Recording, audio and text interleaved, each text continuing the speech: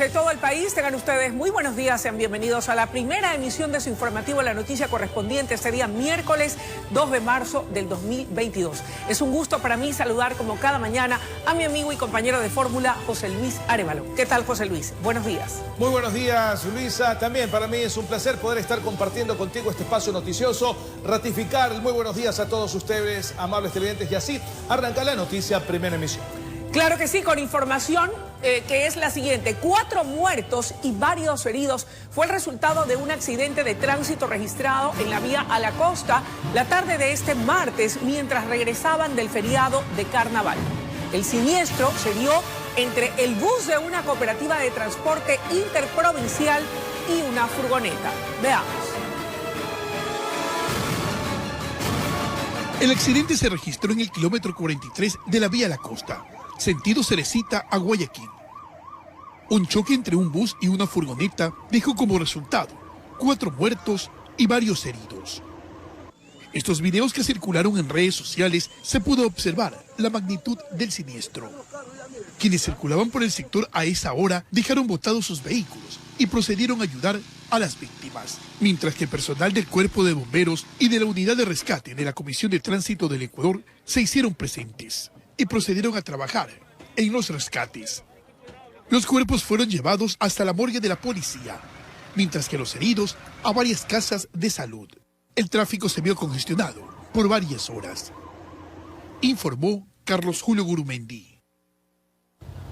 7 de la mañana con 2 minutos y la información se genera en exteriores. Para ello vamos a tomar contacto de inmediato con nuestro compañero Julio César Saona. Julio César, buenos días, indícanos dónde te encuentras y cuál es tu reporte a esta hora de la mañana. Te escuchamos. Querida Luisa, amigos televidentes, un gusto poder acompañarlos nuevamente. Así es, nosotros desde la 17 y la Q, en donde durante el último día de feriado, justamente el último, se dio un incendio acá a mis espaldas, en un inmueble que justamente está a mis espaldas. Algo muy rápido, y es que en este punto uno de los internos de este sector, de este punto, de este sitio, encendió un colchón. ¿Por qué? La desesperación de los que se encontraban acá en el inmueble era evidente, pues habían pasado todo el feriado encerrados, ¿no? Eso es lo que nos dijeron algunos, la autoridad de seguridad más que nada, ¿no?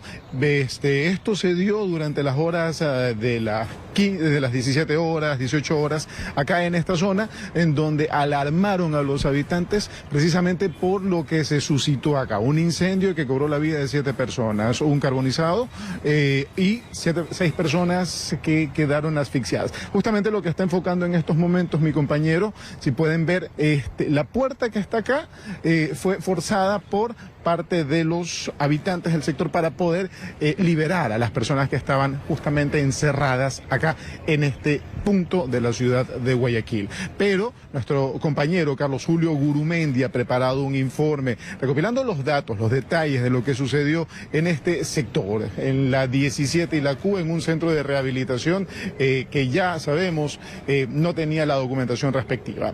Adelante con el informe. Todo habría iniciado por la quema de un colchón. Según testigos, uno de los internos de esta clínica de rehabilitación prendió fuego porque quería huir del sitio, contaminando así el área donde en total mueren 7 jóvenes que permanecían recluidos en este lugar ubicado en las calles La 17 y la Q, suburbio de Guayaquil. Los chicos, los que recién los encierran, como que necesitan eso, entonces ellos son los que incendian, y los que están encerrados, como ellos no quieren salir, se quedan, pero los otros se huyeron. Sí, muy lamentable, y eso ya no es de primera vez, es siempre, y esos chicos también gritan todo, yo creo que les pegan, los maltratan. Con ayuda de los vecinos del barrio, quienes tomaron baldes de agua de las piscinas instaladas en el lugar por el juego de carnaval, los bomberos rompieron puertas y lograron ingresar al área, controlando así, luego de varias horas, el siniestro. Llegando al lugar las primeras unidades, o sea, 2 cuarteles, con 3 unidades y 2 alfas, las cuales al momento del reporte decían que era una clínica de rehabilitación, la cual al momento llegaron y lograron controlar el incendio que había dentro de una de las habitaciones, para luego de una vez disipando el humo, o sea, bajando temperatura, logramos aperturar 2 puertas y en las cuales encontramos en total a 7 víctimas. La clínica pertenece a la Fundación Súmate a la Vida y según los vecinos del sector, No es la primera vez que se registra un hecho de esta magnitud. Hasta el lugar llegaron familiares de las víctimas. Lamentan lo ocurrido. Mi familiar tiene 20 años, recién lo había rescatado a la calle. Son mis primos, tengo dos. Porque las personas que estaban a cargo ahí son buenas personas, yo las conozco, son buenas personas. Las personas que están adentro, que están internas, no quieren ayudar, no quieren cambiar, por quererse fugar, hicieron las cosas mal y mira lo que pasaba. Hasta el sitio llegó personal de criminalística e hizo el levantamiento de los cadáveres. Ahora la policía está tras las investigaciones de quiénes son los responsables de este centro de rehabilitación, que al parecer no tenía permisos para funcionar. Estamos levantando información sobre los propietarios, estamos investigando para determinar las verdaderas causas y quiénes son los propietarios o representantes legales de este centro. El Cuerpo de Bomberos está levantando también información, tenemos también a las unidades especializadas de criminalística también levantando información. Aquí ya depende ya de los informes periciales para determinar la verdadera causa. Informó Carlos Julio Gurumendi.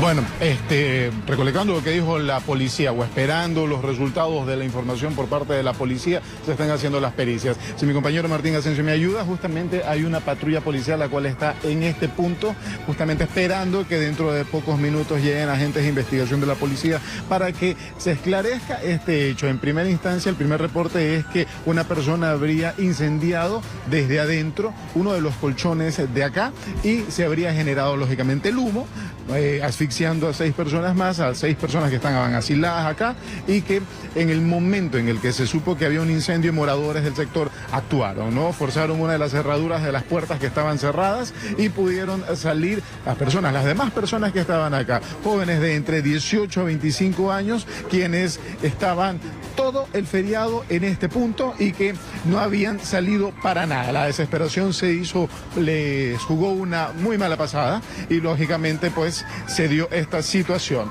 Bueno, en todo caso, esto es lo que se está dando acá en el suburbio de la ciudad de Guayaquil, específicamente 17 y la Q. Ustedes tienen más información en estudios. Querida Luisa, tienes más noticias desde el set de noticias. Gracias. Antes de despedirnos, Julio César, una pregunta muy puntual. ¿Sabes si los familiares de las personas fallecidas han entablado ya algún tipo de demanda contra los propietarios de esta clínica clandestina o si ha actuado Fiscalía por iniciativa propia? Todavía no sabemos si querida Luisa, se han manifestado dentro de lo que es la parte legal. Lo que sí supimos por parte de uno de los habitantes del sector es que el propietario de este lugar estuvo ya acá ayer en la tarde-noche, ya muy sigilosamente viendo qué fue lo que ocurrió. Sin embargo, todavía estaría en investigación todo esto de acá. Los familiares no se han manifestado todavía en lo que es la parte legal, pero sabemos que dentro de pocas horas, pues sí lo harán frente a un hecho trágico que se dio a finales de este feriado. Gracias por ese reporte completo, Julio César. Volveremos más adelante contigo. Y ahora, amables televidentes, vamos a presentarles un resumen de los hechos violentos que se registraron este último fin de semana durante el feriado de Carnaval.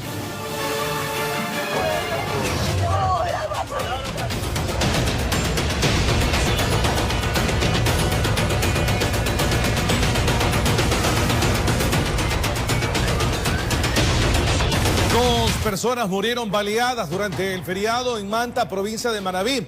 Una de las víctimas fue abordada por sicarios que le descargaron 10 balazos. Otra persona murió tras recibir un disparo durante una persecución policial. 3 policías son investigados por esta muerte. 2 muertes violentas se registraron durante el feriado en el distrito Manta, que incluyó los cantones de Montecristi y Jaramillo. La primera víctima fue Germán Montes de Oca, de 31 años. Sicarios le descargaron 10 balazos. El crimen ocurrió en el barrio Acdón Calderón. Que el ciudadano ha venido a visitarlos y a invitarlos a una actividad recreacional el día de mañana a una playa de aquí de la ciudad. El momento que sale es interceptado por unos ciudadanos y recibe los impactos de munición de arma de fuego. La segunda víctima fue identificada como Kevin Delgado, de 21 años de edad, quien recibió un tiro en la espalda durante una persecución policial. El vehículo en el que se movilizaba habría estado involucrado en un accidente de tránsito. Evade el control y se da a la fuga. Se presume que uno de los agentes realizó unos disparos en contra del vehículo. El hecho ocurrió en la vía Montecristi-Manta, a la altura del sector Las Paolas. Ahí la camioneta en la que se movilizaba la víctima terminó estrellándose. Un póster y se proyecta hacia el otro poste de alumbrado de tensión eléctrico, y lo que indican es que hay una persona fallecida. ¿Qué tiempo? Venían con personas y menores, sí. Tras la muerte, 4 policías fueron retenidos, pero en la audiencia de formulación de cargos recuperaron su libertad. 3 están siendo procesados por el presunto delito de extralimitación del uso progresivo de la fuerza. Están siendo procesados y verificarán si hubo alguna situación de extralimitación por parte de nuestros policías. Con cámaras de Eduardo García desde la provincia de Manabí, informó Wendy Delgado. Y durante el feriado en Esmeraldas hubo también 10 muertes violentas. Una de ellas es víctima colateral del ataque de sicarios. En otro caso, un hombre fue abatido mientras jugaba naipe con amigos. La Policía Nacional indica que hay gran cantidad de organizaciones criminales en esa provincia. Las muertes violentas en Esmeraldas no pararon durante el feriado. San Martín de Porres, una mujer de 76 años, fue acribillada dentro de una casa. Habría sido una víctima colateral de sicarios. Son organizaciones criminales que, cuando la familia de esta señora es una posibilidad de que esté involucrada en estas organizaciones rivales, en otras organizaciones criminales, lo que hacen es desquitarse con la familia. En otro punto quedó tendido en el suelo alias Chiquito, quien fue también atacado por sicarios mientras jugaba las cartas. Otros 2 jóvenes de 20 y 26 años también murieron al mismo estilo. Las autoridades policiales se muestran preocupados porque solo en estos días de descanso los sicariatos no cesaron. Tenemos 10 muertes violentas. Pero ¿cuántas muertes bajo esa modalidad se registran en lo que va del año en Esmeraldas? Tenemos hasta la actualidad, de lo que va del 1 de enero al presente día, tenemos 63 personas asesinadas a modalidad del sicariato. Desde la Policía Nacional le hacen una guerra frontal a las organizaciones. Es por eso que han recibido incluso amenazas. Hace días, por ejemplo, encontraron una cabeza. Junto a la cabeza existía un papel amenazando a las diferentes autoridades, entre otros los policías, con la finalidad de amedrentarnos para que no realizamos el trabajo como corresponde. En la provincia hay gran cantidad de organizaciones, sostienen, y es bastante complicado luchar contra todas, pese al esfuerzo que se hace. Ahora los delincuentes están ingresando vía marítima, realizan su cometido y inmediatamente se dan a la fuga. Es lo que realmente nos está sorprendiendo acá en la provincia, esta nueva modalidad. Informó Marín Caramillo. 2 sujetos fueron detenidos por posesión de un arma de fuego en un populoso sector al noroeste de la ciudad de Guayaquil. La captura se produjo durante un operativo de control. Veamos. Su actitud sospechosa los delató y la Policía Nacional les solicitó que se detengan cuando circulaban en una motocicleta.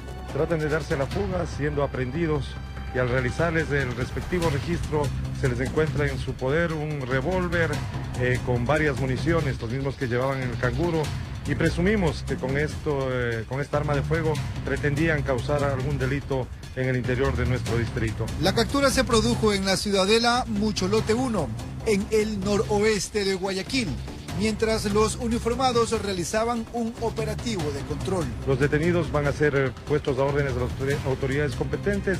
Uno de ellos ya registra antecedentes por delitos anteriores, dicen que se encuentran registrados dentro del sistema de la Policía Nacional. Por ahora se investiga el uso que los individuos pretendían darle al arma. Además, si la misma ha sido utilizada en las últimas muertes violentas. Informó Jorge Salazar. Varias personas fueron detenidas durante operativos antidrogas efectuados en diferentes sectores de Guayaquil. Entre los aprehendidos se encuentra una mujer que portaba más de 100 cápsulas de droga. En el primer caso, la Policía Nacional presentó a 5 sujetos acusados de los delitos de robo y tráfico de drogas. Se los detuvo cuando caminaban por una intersección del centro de Guayaquil, mientras un grupo de agentes antinarcóticos realizaba operaciones investigativas. Entre las evidencias encontradas a los 5 tenemos sustancias sujetas a fiscalización, sustancia heroína, asimismo dinero en efectivo. 4 de ellos presentan antecedentes. Por otro lado, en la cooperativa Unión de Bananeros, en el Guasmo Sur, los uniformados notaron la presencia de 2 sujetos en moto que circulaban en actitud sospechosa. Uno de los cuales desciende de la motocicleta, procede a darse la fuga, el mismo que es interceptado dentro de un local, de una barbería. Se le encuentra en su poder una funda plástica con sustancia sujeta a fiscalización. En tanto, en el sector de Bastión Popular, en el noroeste, fue allanada una vivienda. Se detuvo a una mujer y decomisó 120 gramos de heroína. La forma en la que se encontraba se denomina dedos, precisamente es utilizada para comenzar a sacar las dosis. Los 8 detenidos de los 3 casos quedaron a órdenes de la Fiscalía, informó Jorge Salazar. Detienen a 2 hombres armados en diferentes puntos del noroeste de Guayaquil. La Policía Nacional informó que uno de los aprehendidos portaba una pistola que había sido disparada antes de la captura. En posesión de este revólver calibre 38 fue detenido un hombre de 24 años, identificado como Luis M., quien registra antecedentes penales por tráfico de drogas. La aprehensión se produjo en el sector de la Nueva Prosperina, en el noroeste de la urbe. Dicha arma se encontraba cargada o alimentada de 6 vainas percutidas. ¿Qué significa esto? Que habían sido ya disparadas. Por lo que se investiga si el sujeto ha participado en un hecho delictivo. Horas después, en el sector del Fortín, una persecución policial permitió la captura de un sujeto denunciado como microtraficante de drogas. En su poder no solamente se encontraron sustancias presuntamente sujetas a fiscalización, sino también una arma de fuego tipo pistola marca.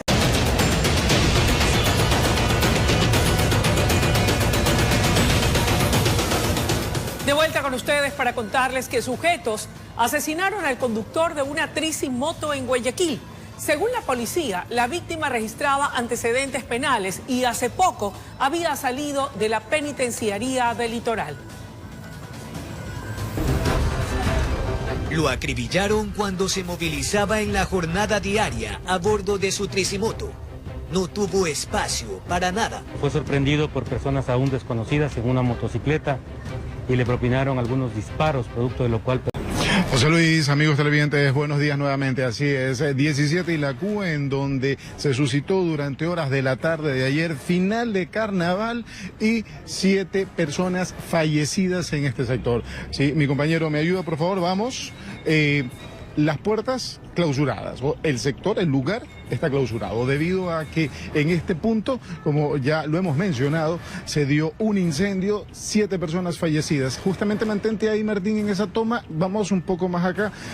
Por esta puerta fue que escaparon las personas que estaban dentro de este inmueble, una clínica de rehabilitación que todavía está en proceso de documentarse como tal, por lo pronto sería irregular. Por aquí salieron algunas de las personas que estaban dentro, debido a que tuvieron que, los vecinos, al percatarse de las llamas, tuvieron que forzar esta parte de aquí. Ojo, esto está acordonado, nosotros no podemos ingresar hasta el interior del inmueble, pero acá se dio el escape de las personas que se encontraban en este punto, ¿no? Justamente tenemos una patrulla a nuestro lado izquierdo, esto debido a que hay un resguardo policial acá en la zona. Los vecinos del lugar, con mucha reserva, pues no quieren manifestarse debido a todo lo que ocurrió. Fueron momentos angustiantes desafiantes para los habitantes, para las personas que estaban encerradas en este punto del suburbio de la ciudad de Guayaquil. Eran decenas de personas los cuales estaban acá y no podían escapar debido a que durante todo el feriado se mantuvieron encerrados en este sector, en este inmueble, como ya dijimos. Autoridades,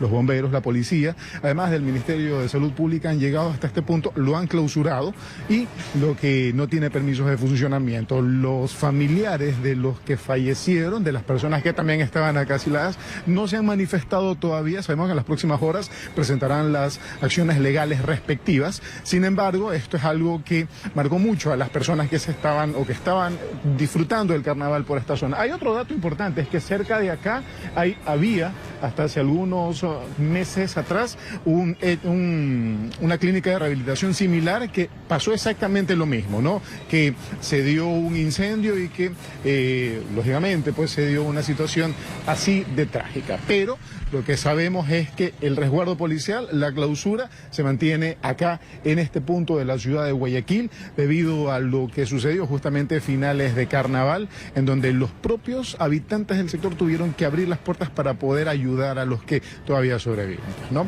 Bueno, esa es la información que nosotros tenemos hasta esta hora de la mañana. Nosotros, cualquier novedad, vamos a seguir enlazándonos para actualizar esta información que dejó como saldo durante el día de ayer, justamente 7 personas fallecidas luego del incendio que se dio en este centro de rehabilitación clandestina. Ustedes tienen más, Luisa y José Luis, desde estudios. Muy buenos días. Buenos días, gracias por ese completo reporte, Julio César. Volveremos contigo cuando la situación lo amerite. Ahora, yo quiero contarles que una mujer fue asesinada frente a sus hijos, presumiblemente por su pareja, quien luego se quitó la vida. El crimen ocurrió en una hacienda en la provincia de Los Ríos. En la vivienda donde ocurrió el crimen aún estaban los rastros de sangre. A Virginia Peralta, de 32 años, su pareja presuntamente la asesinó con 2 disparos. Para evitar que sus hijos de 15 y 10 años intervinieran, los encerró en una de las habitaciones de la casa de madera. Quitarme a mí allá, fácilmente de mi casita, que yo vivo allá, como 200 metros ahí. ¿Qué le gritaban los chicos? Que le había muerto a la mamá y el papá se había muerto. Y estaba llorando ahí. Cuando yo llegué, ya estaban ahí, ya estaban muertos. Tras cometer el femicidio, Eduardo M., de 47 años, fue hasta la sala y se colocó el arma en la barbilla y disparó. Ocurrió en la hacienda donde trabajaba cuidando el ganado, en el recinto Candilejo perteneciente a Vinces. Manejando unas hipótesis es que estas personas se han encontrado consumiendo bebidas alcohólicas en la parte externa de su domicilio y por causas desconocidas, aunque se encuentran bajo investigaciones, el ciudadano, el esposo de la señora, sube y la agrede a la señora. Obviamente terminan con la muerte de la señora. Posterior se presume que el señor se quita la vida. Y no han tenido así peleillas entre ellos, pero no así algo serio como ahora. El femicidio y posterior suicidio habría estado planificado, pues Pablo, horas antes, se despidió de sus amigos. No, él criaba gallo, era gallero, andaba en gallo por ahí, compraba, vendía. ¿Y ahora qué hizo? Ayer, entre sábado y domingo, terminó los gallos. ¿Los vendió todos? Los vendió todos. El velatorio de Virginia se llevó a cabo en casa de sus padres, a casi 1 hora del lugar de los hechos. Sixto Peralta indicó que ese día su yerno fue a visitarlo. Y ahí se fue a las 3 de la tarde.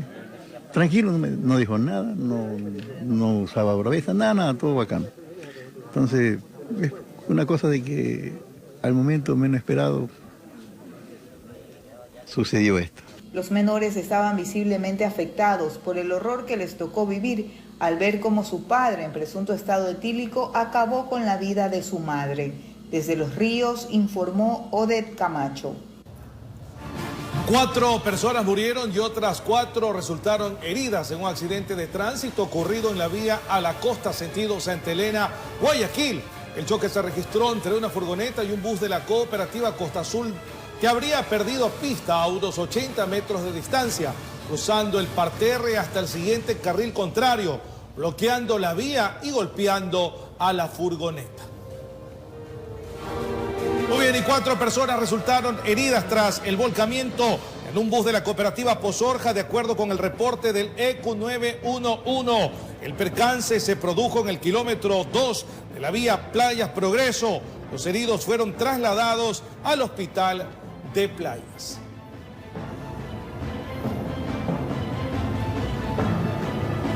Cuando el COVID-19 fue reportado por primera vez por la Organización Mundial de la Salud, nadie se imaginaba la repercusión que esto traería, como el confinamiento de la población y el contagio de millones de personas en el mundo. Han transcurrido 2 años desde que llegó la pandemia a nuestro país, provocando dolor ante la pérdida de tantas vidas y una afectación económica sin precedentes.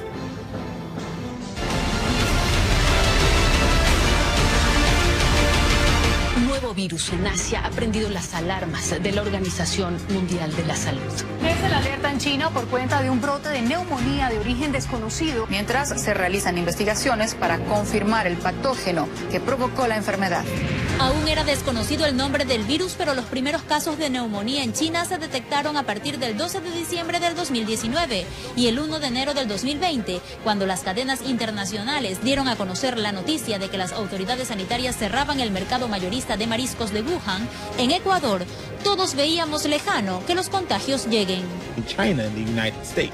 El 7 de enero, la Organización Mundial de la Salud identifica el nuevo coronavirus como COVID-19 y el 29 de febrero se confirmó el primer caso en nuestro país. Y hoy tenemos que informar que tenemos el primer caso confirmado de coronavirus en el Ecuador. El primer caso confirmado de coronavirus en el Ecuador. Desde ese anuncio han transcurrido 2 años en los cuales el país pasó por 7 decretos de estado de excepción. El primero fue emitido por el entonces presidente Lenín Moreno el 16 de marzo del 2020. Se suspende por 14 días el transporte interprovincial, los vuelos domésticos y la circulación de automóviles particulares. Ante el incremento acelerado de los casos, el 29 de marzo se endurecieron las medidas de restricción, toques de queda, cierres de fronteras y suspensión de vuelos internacionales.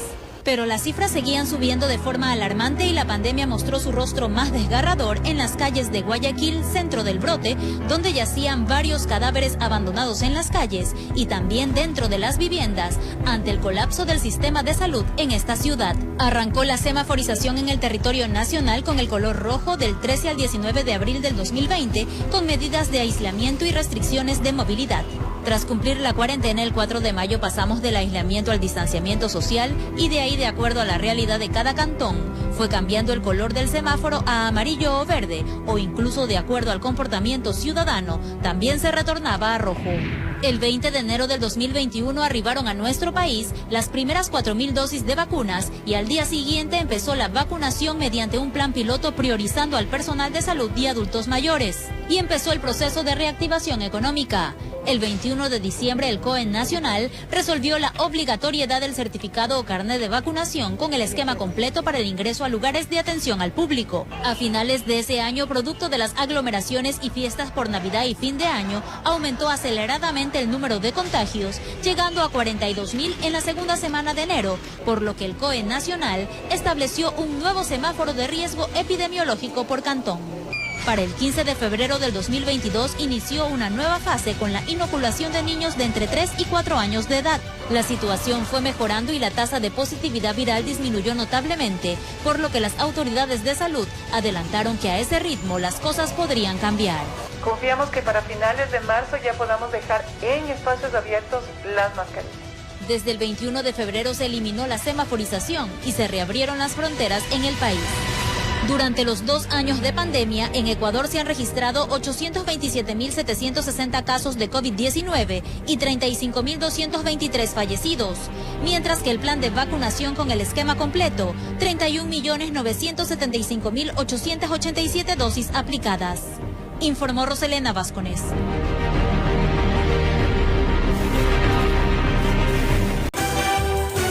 7 de la mañana con 39 minutos, de vuelta con ustedes con más información para contarles que la Corte Internacional de Justicia ha convocado a una audiencia sobre la invasión rusa a Ucrania en medio de los constantes bombardeos por parte del Kremlin. 5 personas murieron y otras 5 han resultado heridas en el bombardeo ruso contra una torre de un canal de televisión en la capital ucraniana.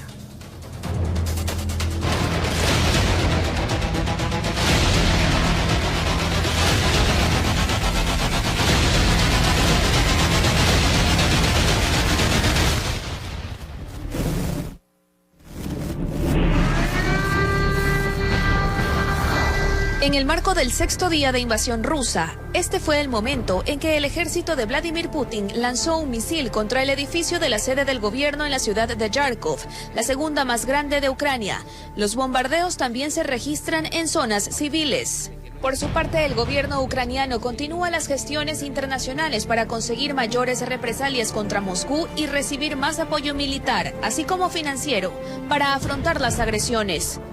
Mediante videoconferencia, Volodymyr Zelensky habló ante la Eurocámara, pidió que Ucrania entre en la Unión Europea. Hemos demostrado nuestra fuerza, hemos demostrado que somos exactamente iguales que ustedes, así que demuestren que están con nosotros, que son europeos.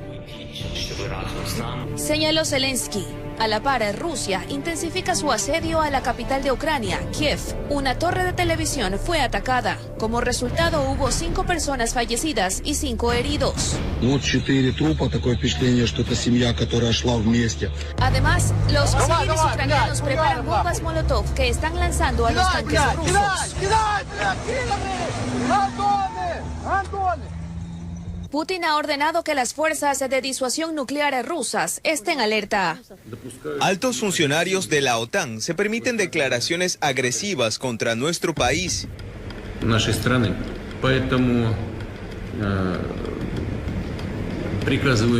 Por eso he ordenado al ministro de Defensa y al jefe de Estado Mayor que pongan a las fuerzas de disuasión del ejército ruso en un modo de alerta máxima de combate, en espera.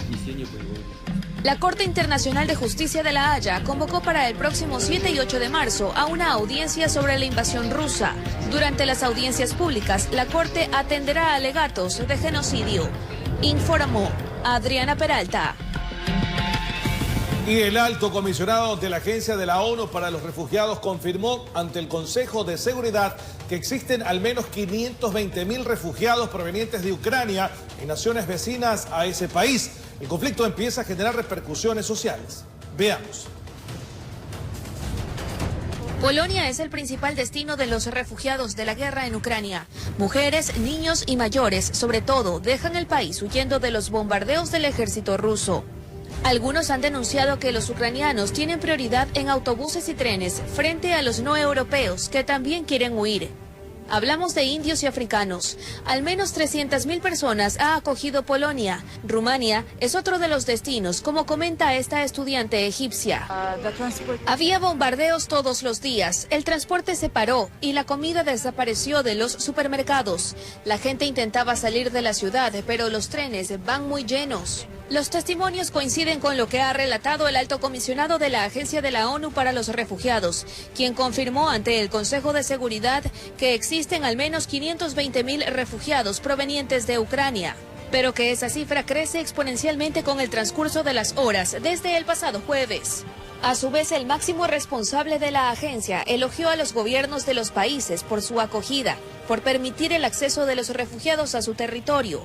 Preocupa además la vida de los civiles en Ucrania. La alta comisionada de las Naciones Unidas para los Derechos Humanos ha informado de 376 bajas civiles, entre ellas 94 muertos, y que se continúa dañando las infraestructuras esenciales. Por ejemplo, el sábado cayeron misiles sobre Kharkiv, donde viven 1,4 millones de personas, y se recibieron informes de que las fuerzas rusas patrullan las calles.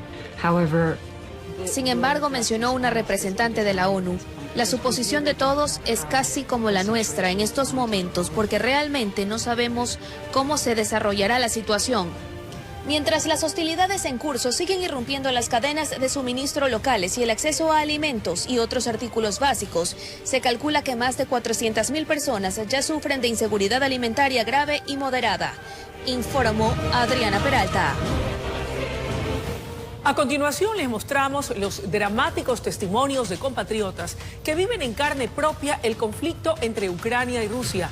Sin embargo, en medio de este panorama, hay unos que esperan el vuelo humanitario para retornar al país, mientras que otros se aferran a cumplir el sueño por el que viajaron a Ucrania. Entonces solamente les escribí, les dije, no puedo más, ya no avanzo. Y ellos me dijeron, no, tú puedes. No nos vas a dejar solos acá. Es el llanto de Solange González, una ecuatoriana de 25 años quien viajó a Ucrania por cumplir un sueño, estudiar medicina. Sin embargo, este sueño parece haberse frustrado, dice, pues ya no está en Kiev, la capital y el lugar donde residía. Hoy por seguridad está en Polonia, sin embargo ella cuenta el trágico viacrucis para llegar hasta aquí. Entonces eso fue una locura, toda la gente empezó a correr uno encima de otro por salir de la parada de metro.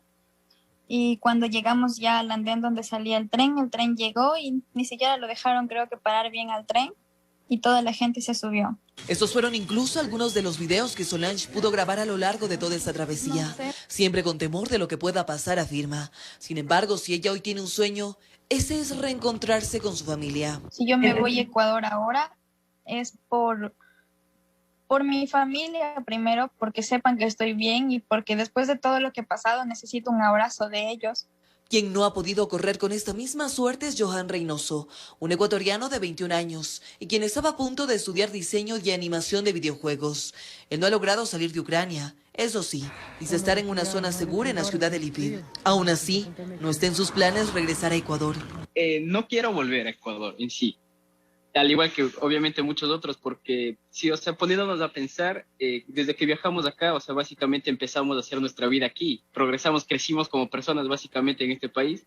La Cancillería ecuatoriana incluso tiene planificado enviar vuelos humanitarios para que los compatriotas puedan regresar a Ecuador. Sin embargo, algunos que se encuentran viviendo en este conflicto, como el ecuatoriano Santiago Vallejo, dice que poca información ha recibido sobre ello. La verdad, sobre el vuelo, pues la verdad no sé todavía, pues todo el transporte que hemos tenido desde que nosotros salimos o intentamos salir de Ucrania ha sido nefasto todo. Me pudieron ayudar las personas del gobierno chileno. Santiago hoy se encuentra allí en Polonia y en medio de su trayecto eso le tocó vivir. Un panorama en el que incluso sintió que perdería la vida. Lo cierto es que la decisión en los compatriotas está dividida. Por un lado tienen temor de que algo les pueda ocurrir en medio de este conflicto. Y por otro, se aferran a un sueño por el cual salieron del país. Militares abusivos, no nos quieren dejar pasar. Informó Ismenia Solórzano.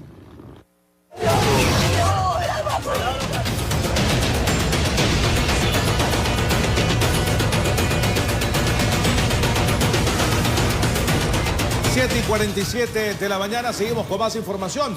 Y durante el feriado en Esmeraldas hubo 10 muertes violentas. Una de ellas es víctima colateral de ataques de sicarios. En otro caso, un hombre fue abatido mientras jugaba naipe con amigos. La Policía Nacional indica que hay gran cantidad de organizaciones criminales en la zona. Las muertes violentas en Esmeraldas no pararon durante el feriado. San Martín de Porres, una mujer de 76 años, fue acribillada dentro de una casa. Habría sido una víctima colateral de sicarios. Son organizaciones criminales que cuando la familia de esta señora es una posibilidad de que esté involucrada en estas organizaciones rivales, en otras organizaciones criminales, lo que hacen es desquitarse con la familia. En otro punto quedó tendido en el suelo alias Chiquito, quien fue también atacado por sicarios mientras jugaba las cartas. Otros dos jóvenes de 20 y 26 años también murieron al mismo estilo. Las autoridades policiales se muestran preocupados porque solo en estos días de descanso los sicariatos no cesaron. Tenemos 10 muertes violentas. Pero ¿cuántas muertes bajo esa modalidad se registran en lo que va del año en Esmeraldas? Tenemos hasta la actualidad, de lo que va del 1 de enero al presente día, tenemos 63 personas asesinadas a modalidad del sicariato. Desde la Policía Nacional le hacen una guerra frontal a las organizaciones. Es por eso que han recibido incluso amenazas. Hace días, por ejemplo, encontraron una cabeza. Junto a la cabeza existía un papel amenazando a las diferentes autoridades, entre otros los policías, con la finalidad de amedrentarlos para que no realizamos el trabajo como corresponde. En la provincia hay gran cantidad de organizaciones, sostienen. Es bastante complicado luchar contra todas, pese al esfuerzo que se hace. Ahora los delincuentes están ingresando vía marítima, realizan su cometido y inmediatamente se dan a la fuga.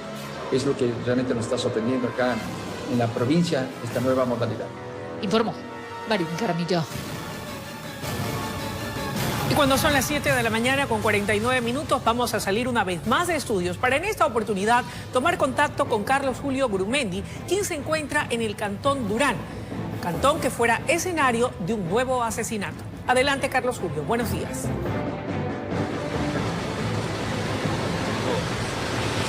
¿Qué tal? Muy buenos días, compañeros, amables televidentes. Así es, en el cantón Eloy Alfaro Durán, para dar a conocer este nuevo hecho violento que se presentó durante el feriado de Carnaval.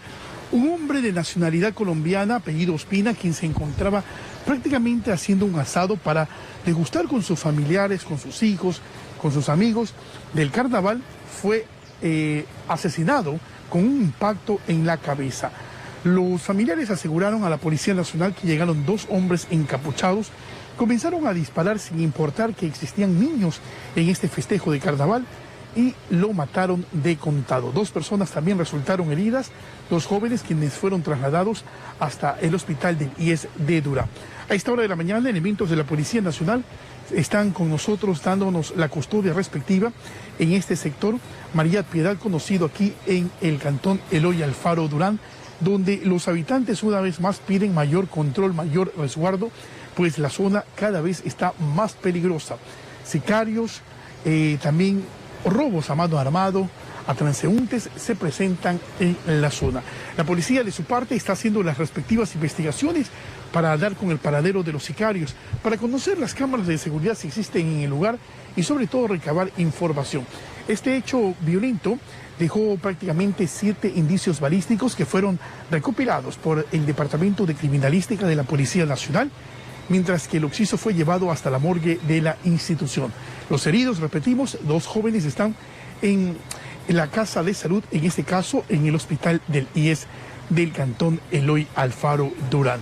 Familiares de la víctima aseguran que no tenían amenaza, que no sabían por qué los habían matado, pero la policía se está encargando de investigar este nuevo hecho violento que se suma a la gran lista de asesinatos bajo el estilo de sicariato que se presentan en la zona 8, que corresponden a los cantones Guayaquil, San Borondón y el cantón Durán, donde nos encontramos en estos momentos. Con esta información despedimos el enlace. Muy buenos días. Muy buenos días, Carlos Julio, muchísimas gracias por tu reporte y nos vamos ahora hasta el suroeste de la ciudad de Guayaquil. Ahí se encuentra nuestro compañero Julio César Saona con más información. Julio César, cuando son exactamente las 7:52, te doy el paso. Buenos días. José Luis, amigos televidentes, muy buenos días, así es. La novedad por acá es que hemos visto que ha llegado personal del municipio por acá, pues lógicamente ante esta situación que se dio durante finales del feriado, pues un incendio dentro de este sitio ha hecho que, lógicamente, pues no, un saldo trágico de 7 personas fallecidas. Vamos a tratar de hablar con uno de los habitantes cercanos al sitio del hecho, pues no, hay que tener mucho cuidado con mi camarógrafo David Arandi. Buenos días. Mi señora, rapidísimo, algo muy sencillo, ¿no? Cuéntenos un poquito qué fue lo que pasó. Hubo una situación que a ustedes los alarmó por acá. Muy buenos días, pero más información le puede dar mi hermano. Por favor, mi señora, buenos días. Ayúdeme muy rápido, algo muy sencillo. ¿Qué fue lo que pasó? Cuéntenos un poco. La verdad dicen, dicho por el chico que cocinaba, que uno de los internos había cogido una caja de fósforo y prendió un colchón. Ya, entonces por eso se produjo el incendio. ¿A ustedes les generó bastante alarma lo que ocurrió? Obvio que sí, porque nunca había pasado. Sí, el temor también de las llamas, todo eso. Teníamos miedo que también se nos prenda aquí la casa. Obviamente. ¿Cuántas personas estaban en este punto, más o menos, un aproximado? Unas 15, si no habían más, porque ya la primera vez, ya se habían ido como unos 50, ya se habían retirado. Los vecinos de la zona me parece que ayudaron a escapar. Sí, porque, comenzaron a gritar, entonces la gente de la comunidad con combos, pero gracias a Dios los bomberos vinieron enseguida. Muchísimas gracias, muy amable. En todo caso, esta es una de las, esto lo narro, una de los habitantes de acá del sector. O sea, ellos están puestos en este punto, clausurado es lo que podemos ver, por lo menos es lo que se ha suscitado acá. Pues, ¿no? Esas son las acciones por parte de las autoridades respectivas en este sector, en este punto en donde 7 personas perdieron la vida luego de un incendio que se dio acá. Bueno, esa es la información que tenemos en estos momentos desde acá, desde el suburbio de la ciudad de Guayaquil, en donde, como ya recapitulamos, 7 personas fallecidas, el sello de clausurado. Ahí está el Ministerio de Gobierno, justamente con el logo del Ministerio de Gobierno, pues se han tomado las acciones respectivas. Estamos hablando de una clínica clandestina, la cual generó más que nada pues una situación en donde 7 personas fallecieron debido a un incendio que se dio justamente en este inmueble suburbio de Guayaquil, 17 y La Cruz. Es la información que tenemos hasta este momento. Le damos paso a estudios. Buenos días.